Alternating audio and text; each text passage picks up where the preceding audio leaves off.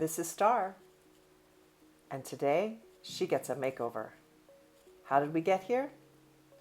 Let's find out.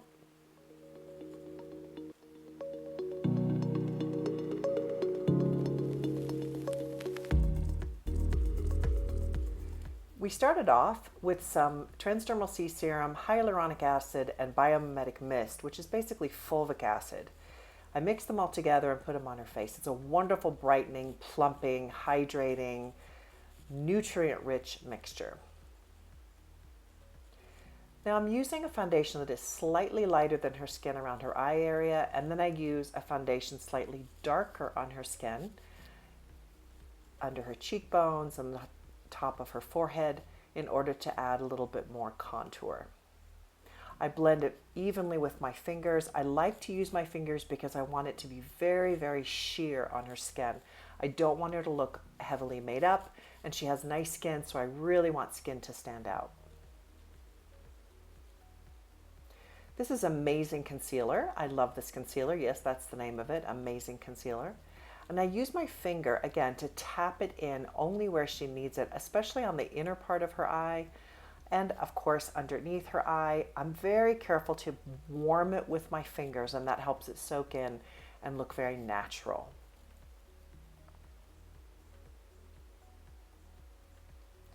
Then I just dust a little powder on top. It's important as we get older to not use a ton of powder. This is a translucent Ben Nye powder.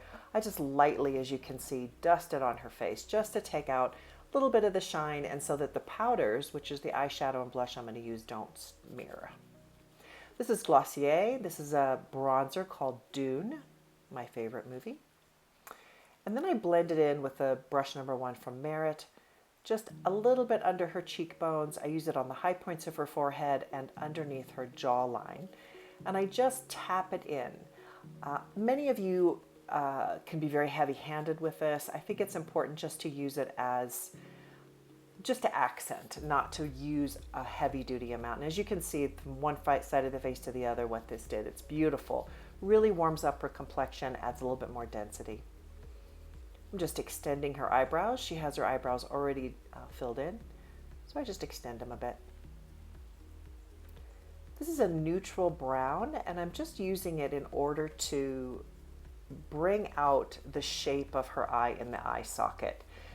So it's just slightly darker than her own skin, and I really want to make her blue eyes pop out. That's the main, her best feature, I would say. So the way I do this is I'm really going to bring out that crease bone. See how much that made her eye pop out? And I'm going to use a lot of navy to bring out the eye color. I use the same exact color I used in the crease underneath. So it's not super dark. I'm just going light. Now I'm taking Greystone. This is a MAC eyeshadow. It's a blue-gray. Just apply it on the outer edge of her eye. Just tap it in and keep it just in that outer edge. And this it makes her eye open up and become even bigger. And I love this. I love adding to that shape. And as you can see, I pull it over just a bit. Be careful not to go too much, because it can easily become too dark in the eye socket.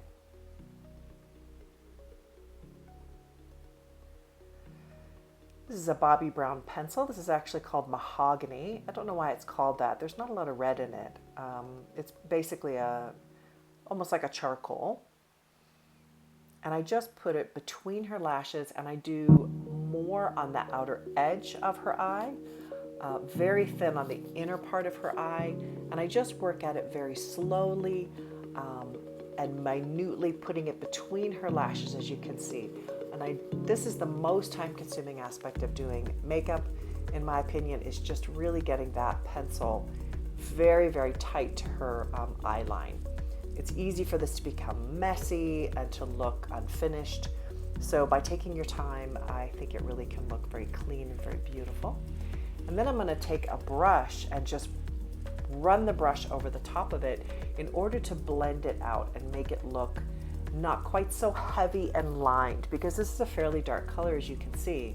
And I don't want it to look like a line, right? I want it to look diffused. I think that's the key, one of the main secrets to making up mature skin is everything needs to be diffused. That doesn't mean you can't use really strong colors like this eyeliner color, which is a very deep color, but look at that, very soft, very beautiful.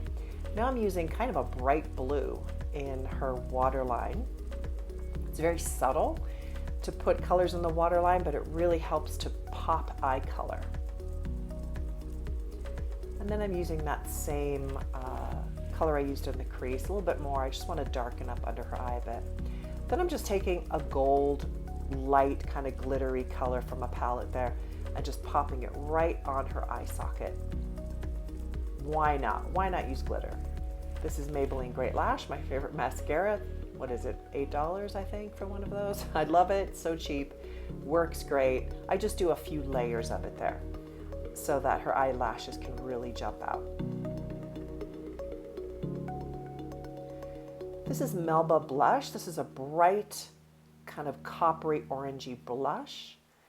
And I'm going to use the same, just a really nice peachy warm lipstick. I'm definitely going with warm tones on her.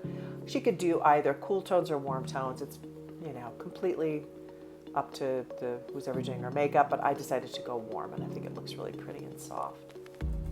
Then I'm using a similar lip liner, just putting it slightly outside her natural lip line, just to make her lipstick a little bit bigger, and then I pop a little lip gloss on top of that because I want her lips to shine. And then we did a lovely curl with her hair. It's beautiful. Please write your comments down below and go to thebeautyshaman.com to sign up for my newsletter. Thank you so much for watching The Beauty Shaman.